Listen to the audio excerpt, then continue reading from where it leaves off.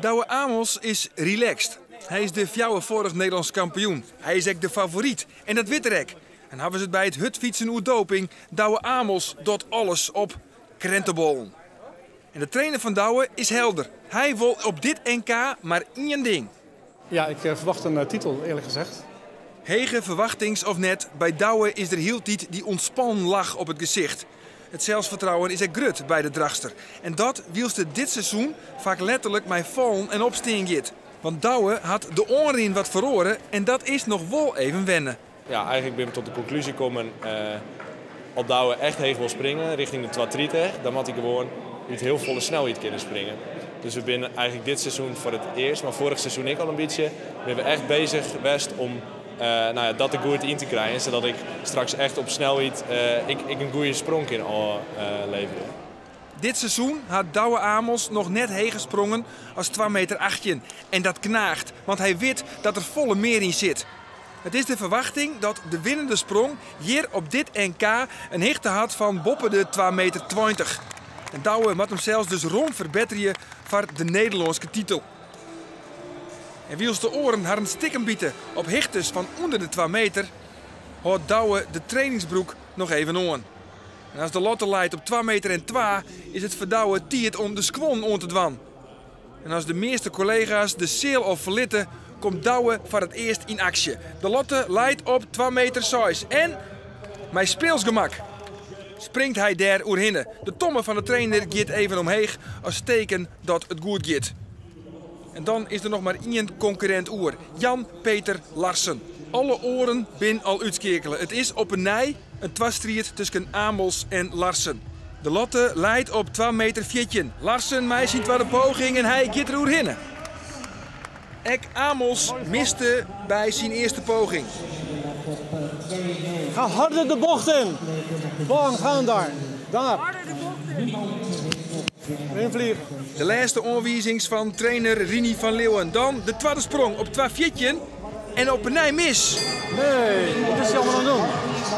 Nou, in het beginstuk niet te lui zijn. Heel alert lopen. Het gaat wat te makkelijk. Heel alert lopen. Er naartoe. Het wordt nou gelijk al spannend. Douwe Amos, hij mat oer de 2,14 hinnen. Oors is het gelijk al oer. En gaat de Nederlandse titel ons hier nooit voorbij, maar hij helpt het. 2,14. En dan gaat de lotte naar 2,18. Eerst is het Jan-Peter Larsen en die gaat er in één keer oerhinnen. En dan is er contact tussen Amos en zijn coach. Even tactisch oerlis. En ze besluiten dan om Douwe net springen te litten.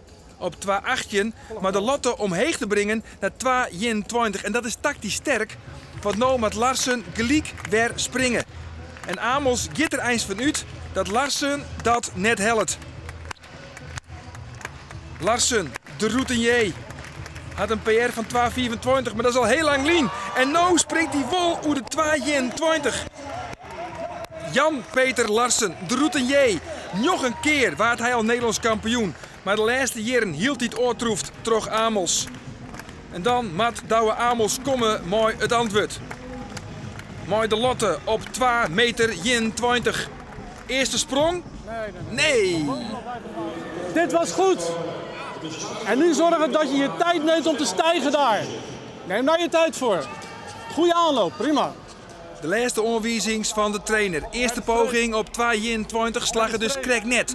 Maar het is krek pokerien, want Douwe leidt de lotte op 2,24. Zij heeg had er nog neersprongen, maar hij mat het bezietje. Want als hij echt de 2,21 helpt, rent hij nog altijd achter de feiten aan, omdat Larsen deze hichte in één keer helle het. Dus no 2,24. Als Douwe Amos deze hichte helpt, is hij Nederlands kampioen. Dat kan net missen. Wat doet Amos 2,24? Nee! Amos wordt geen Nederlands kampioen. De titel gaat voor het 10e keer naar Jan-Peter Larsen. En Douwe, hij pakt voor het eerst in zijn carrière een zilveren medaille.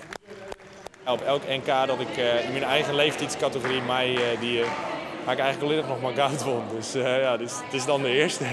Dat is een primeur. Dit is een primeur. Ja, de verzameling is nou wel compleet, maar ik ben er toch net helemaal blij mee.